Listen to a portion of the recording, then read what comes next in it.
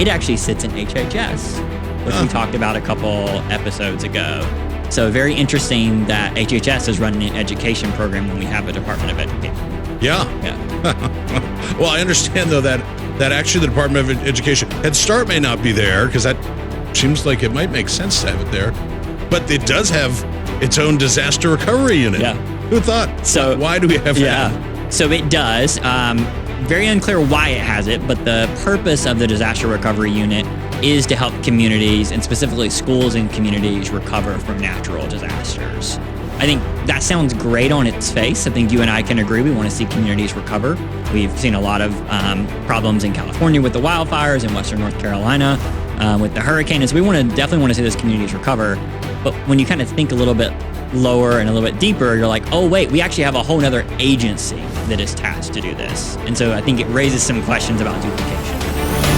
Americans are capable of achieving extraordinary things when they have the freedom and opportunity to do so.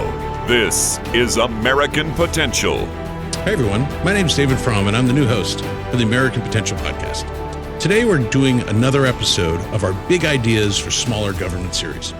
If you haven't heard of this series, what we do is talk about a federal agency or department and how they are wasting money and what cuts could be made to help save taxpayers' dollars.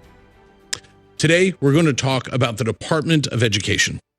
Believe it or not, the roots of the department go all the way back to 1867, when President Andrew Johnson signed legislation creating the department. But people were concerned that it could lead to too much government control in local schools. So just a year later, it was downgraded to the Office of Education. Fast forward to 1979, when Congress passed the Department of Education Organization Act, officially creating the modern-day department by combining various offices from across the government.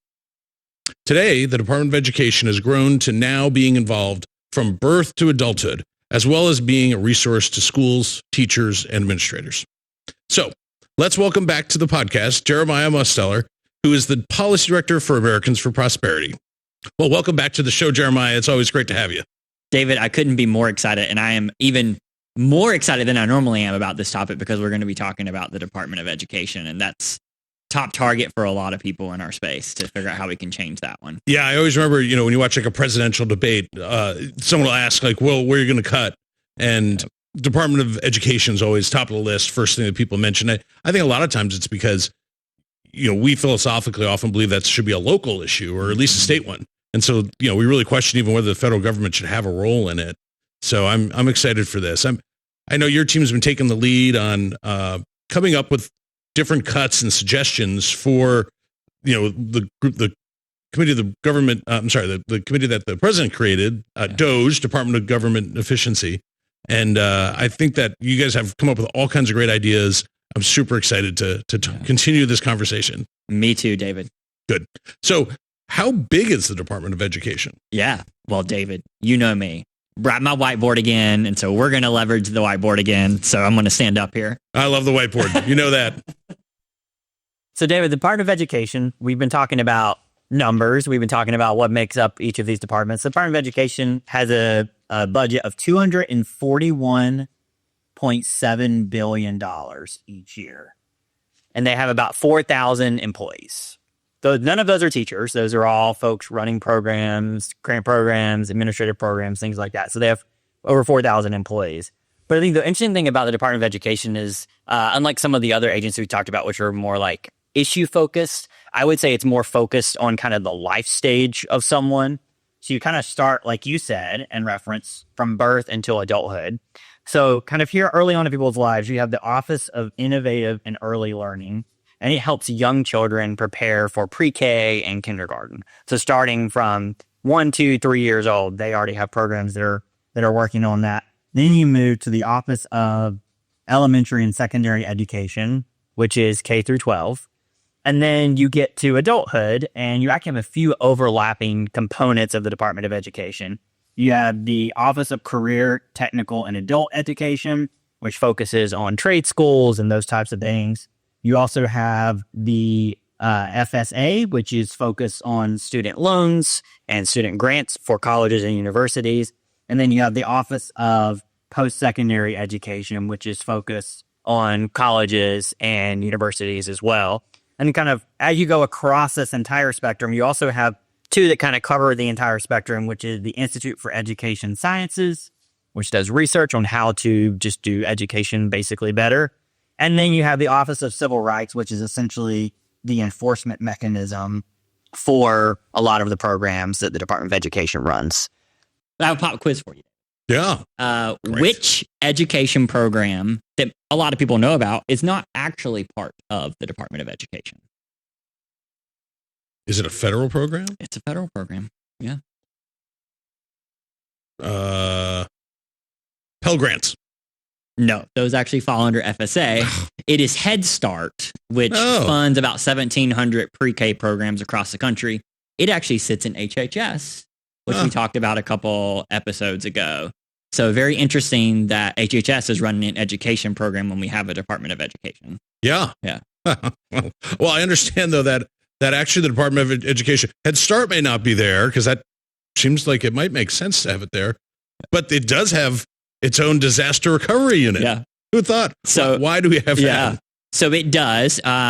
Very unclear why it has it, but the purpose of the disaster recovery unit is to help communities, and specifically schools and communities, recover from natural disasters. I think that sounds great on its face. I think you and I can agree we want to see communities recover. We've seen a lot of problems in California with the wildfires, in Western North Carolina with the hurricane. And so we definitely want to see those communities recover.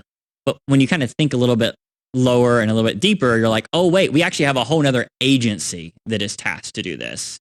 And so I think it raises some questions about duplication. Sure. Yeah, what is the difference between what FEMA does? Is it around, I mean, is the Department of Education disaster response team only focused on schools, or like what's the distinction? So that's exactly what it is. FEMA is covers more holistically around how do we help an entire community recover, whereas the disaster recovery unit is truly focused on just schools. And I think it might be worth, I want to pull out a couple of facts on you, David, because I think it's helpful. Because I don't think most people realize how big FEMA is. So the disaster recovery unit is about $1.36 billion of funding each year. So it's a good amount of money, but not in comparison to FEMA, which is $71.4 billion. I know that's just numbers, so let me help kind of make this a little clearer for listeners. That budget for FEMA is equivalent to the combined budget of Border Patrol, the Coast Guard, TSA, and ICE all combined. Oh, wow. So FEMA gets a lot of resources to help communities recover. And so I think it raises the question I said earlier, it raises the question of why do we have another department that's not directly coordinating with FEMA, kind of doing something that is essentially the same, but a more targeted effort. It seems like those could be combined or consolidated in some way. Well, it seems like redundancy is kind of might be a problem with Department of Education and elsewhere, but certainly there. And, in 2012, the Government Accountability Office found that some redundancies when it came to financial literacy programs. What did they find then? Yeah, so the Government Accountability Office is my favorite part of the federal government. Let me phrase that, it's maybe my only favorite department. And that is because all it does is save money. Yes, it has a budget and it has staff, but every activity it undertakes is trying to find ways to make the government more efficient and to cut costs. And so it's my favorite. But in this study specifically, what they found was that there were 14 different federal entities at that time running 16 different financial literacy programs. So that's across everything from the Federal Reserve to the Social Security Administration to the Department of Education. And the Department of Education specifically had 2 programs that they were running for financial literacy. So kind of back to our earlier conversations, it seems like there is a lot of duplication happening across the federal government. So after that report, did anybody cut any of the financial literacy programs? Yeah. So the total cost of all of those programs was $68 million. And then there was an additional, GEO didn't include this in the list, but there was an additional $167 million going to housing programs that included at least some financial literacy. So my team did the research, looked at all these programs, and it looks like the Social Security Administration has ended their program. And there has been another program that has ended at, I'm forgetting the department now. It is escaping me. At one of the other federal agencies. A place where it was not necessarily important but that to have agency it. had 3 separate programs that they were running. So they cut one of their 3. It just reminds me, any large organization that has a lot of different departments or offices, over time, unless there's a like real attention paid to how something grows or whether something is permitted to be developed, a lot of times they build their internal capabilities out, and without, unless you have somebody kind of looking at it, I would hope Congress in this case would look at it and say, wait a minute, we have this over here. We don't need this over here. You're getting outside of your mission, but when we don't have elected officials who really mind the store in this case, thereby minding our tax dollars, I think that's how you get these redundancies and just waste of money. Yeah, and I think it's worth flagging that even with this report and this transparency, it appears that the Department of Education, instead of taking that as a signal that maybe like, hey, the Federal Reserve or other entities have a comparative advantage in financial literacy, they even said double down. So they've actually built out even more expensive programs. One where they give $9 million to a private company to run a program to train teachers on financial literacy. And they have a separate one where they give money to community colleges that want to help their students with financial literacy. So they've actually increased the amount of funding going toward this when the GAO report was trying to indicate that they should be cutting spending. Wow. Well, then government. Yeah. So you mentioned colleges. Higher ed obviously is one of the big things that the Department of Education works with. What can we do to improve federal funding when it comes to higher education? Yeah, there's a lot of great ideas out there, but again, because we have limited time, I'm going to focus on one as we have in the past episodes. One of the things that I think most Americans don't realize is that federal grants and federal loans can only be used for a very limited amount of things. So they can only be used at traditional four-year universities that have received accreditation from a hand-picked list of institutions. So the Department of Education says, well, here's all of the accreditors. There's 24. Well, we're going to say that 5 to 12 of them qualify.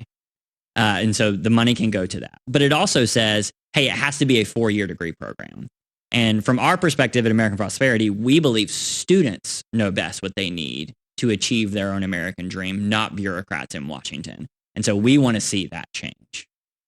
Well, I mean, student loan debt is such a massive problem and has over the last few decades seemingly become out of control. I guess my 23-year-old daughter, who's a recent college grad. How would this proposal kind of help prevent people from being stuck in massive student loan debt? This would essentially kind of open the pathways that folks can follow. And so I think maybe a great example is folks that want to work in the tech sector. Right now, they are forced to go 4 years to college, get a degree, take a lot of classes that are not going to help them be successful coders or tech entrepreneurs. Whereas what they might actually need is just 1 year of formal training to get up to speed on how to do coding. But right now, they can't use this funding. They have to spend 4 years in school and accumulate all of that debt. So imagine if your daughter was pursuing a career that only needed 1 year of training to successfully do it versus 4, how much less college debt there would be incurred over that time period. Yeah, that makes a lot of sense. I mean, it is pretty crushing. And I think a lot of folks have come to realization, parents and students alike, that, this is not a great use of our resources. I mean, like, it costs so much money. I talk to people all the time, and, I have a big family, and I'll talk to other folks who are having kids, and they'll be like, well, we just can't afford. I mean, how am I going to send kids to college? And I'm like, man, the perceived burden of sending a kid to college is a reason you wouldn't have a kid is just so demoralizing to me. It seems so backwards. And, but those are kind of those incentives that are put forth, and the burdens that, kind of not running things the right way and letting kind of our higher ed spending system kind of get out of control is really contributed to. So it does seem like a really worthwhile reform, hopefully, that we could keep advocating for. So, I mean, as you know, our goal for this series is to cut $2 trillion. So what would you cut for the Department of Education, and how much could that save? Yeah. So I think in this instance, what we're talking about, we're not actually looking to cut a program. We're just looking to reform a program.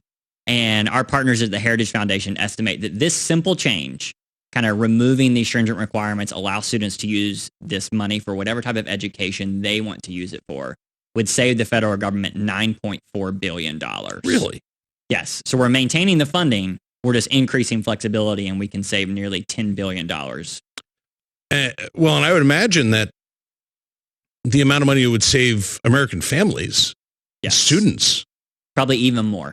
Yeah. You wouldn't even necessarily need a loan in a lot of instances if it's just a class or a year versus 4 years. Yeah. Let's unlock that. I mean, that makes a lot of sense to save the government money, and then hopefully unlock savings for parents and students. It seems like a win-win to me. Yeah, for sure. So, if our listeners have an idea of something that should be cut, where's a good place for them to share that? Yeah. So I would recommend that they go to dogeidea.com because we're going to need many more ideas. I mean, David, we are only at $542.3 billion out of our $2 trillion goal of savings over the next 10 years. How much was that? So $542.3 billion. So it's a lot of money. It's a lot of savings. Yeah, we're getting there. We're only a quarter of the way there. And our first one was pretty big. So we need a lot more ideas, and we need to hear from folks across this country who have those innovative ideas. And we are looking forward to elevating them on this podcast with members of Congress and with the administration. Yeah, I know I've said it before, but I think one of the coolest things, I've always thought about being an Americans for Prosperity is we get to raise people's voices and their ideas to decision makers. Yeah. In this case, members of Congress, members of the administration. And I think more so than in past, there's a receptiveness, or at least, I think President Trump has set a tone to say, hey, we need to do this. So that's why we created Doge. It makes a lot of sense. So I think if we can get those ideas and people can submit them to dogeidea.com, and we actually have people who will take these and talk to staff members and lawmakers about this. And, maybe you have the great idea that'll unlock more and more savings for the federal government. So, Jeremiah, as always, this is a lot of fun. I really appreciate it. Of course, David, it was such a pleasure to be with you again, and I'm looking forward to continuing this project to get to that $2 trillion number. Yeah. We'll ring a bell when we get there. Yes. Right? Thanks, man. So, I think we can all agree that education is important, but the department has wasted funds by having redundant programs and offering services that other agencies really are better equipped to offer. Hey, if you like this episode and would like to stay connected with the podcast, be sure to like and subscribe to our channel, as well as following us on Facebook, Instagram, and YouTube. Always remember, liberty and freedom are easily taken for granted. Don't take it for granted. Go out there and defend freedom and liberty. Thanks for joining us, and we'll see you on the next episode. Thank you for listening to American Potential. You may listen to more stories from Americans working every day to expand freedom and opportunity in their communities by visiting AmericanPotential.com.